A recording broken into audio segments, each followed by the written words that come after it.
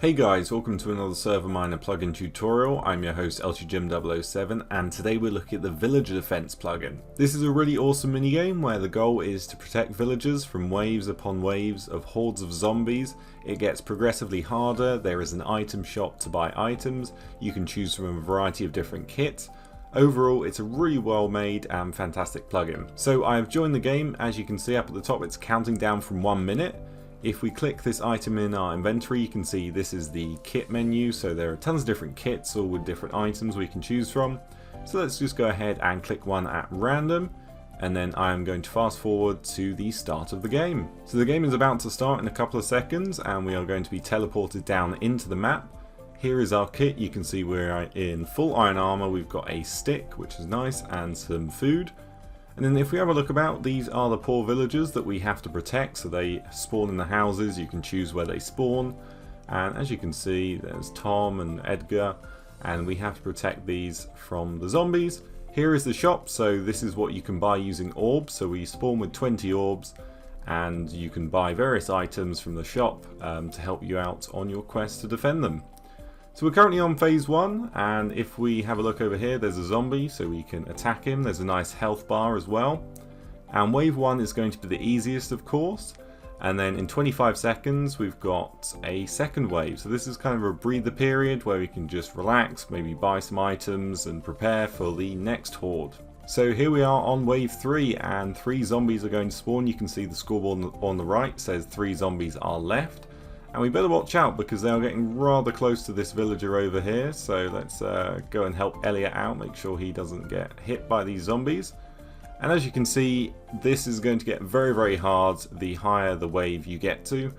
Just like in Call of Duty Zombies or games like that. So I can imagine this will be a ton of fun if you've got your friends on here or other people on your server and you try to get to a really high round. You can do /VD leave to leave the game if you've had enough. And we are going to show you how to set it up now. So the first thing we need to do is /VD to show the command, and then if we do /VD create followed by an arena name, that will create the arena. Once we've done that, we can go ahead and do /VD the arena name and then edit. That's going to bring up a nice GUI. Now this is going to have everything we need to do to set up the arena, makes it super easy. So let's click the lobby button first of all. This is going to set the lobby location. We can also set the end location up at the lobby to have people teleported back here after the game. Then we can jump down into our arena, do the edit command and set the starting location down here. Once we've done this, we can set the min and max players by just left and right clicking the coal and redstone to set the min and max whatever we want it to be.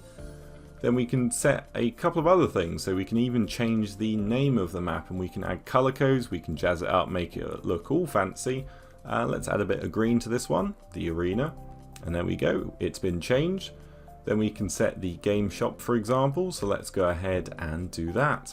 So the next thing we can do is set the chest shop, and that will allow players to buy items to help them out in their quest to defend the villagers. So come over to where you want the chest, obviously place it down, and then we can go ahead and set it as a chest shop.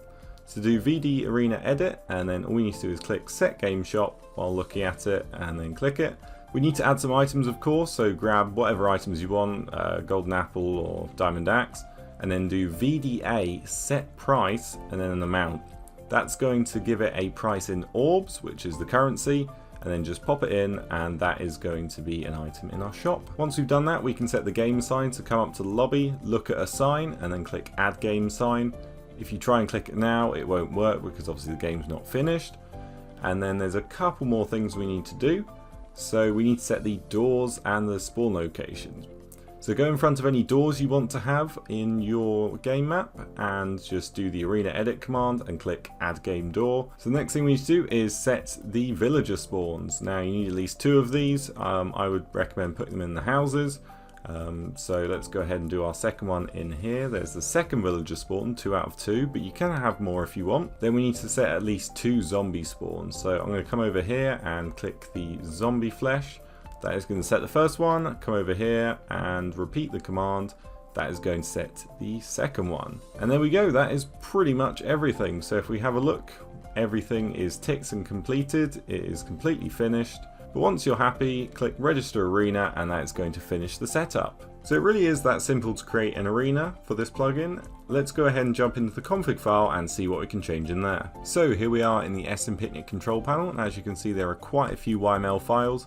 The main one we want to be looking at is the config.yml, and if we jump into this we can see up at the top we've got loads of languages we can choose from, which is awesome. If we scroll down there's a few different options like boss bar and holograms. Do you want that, yes or no? Do you want players to respawn after a wave, yes or no? Scroll down, we've got a little bit about permissions, a little bit about commands that are whitelisted. Scroll down even more and we've got stuff that you want to edit, like waiting time. So do you want the lobby to start after 60 seconds, the cooldown time, a little bit about speeds of zombies, and you want rewards. Then we've got some power-ups that you can edit down here, and then the wave limit. So do you want a certain wave limit? Do you want a zombie limit? Obviously you don't want too many zombies in there. And then there is the update notifier if there's an update for the plugin. So you don't really need to mess around with any of the other files. If we look at kits, for example, this is just going to list all the different kits. You can see you can enable or disable any of them if you want. Down in the rewards.yml, you can set various rewards for reaching a certain wave. So for example, if you kill a zombie, you get $2, and there is a 10% chance of getting $8.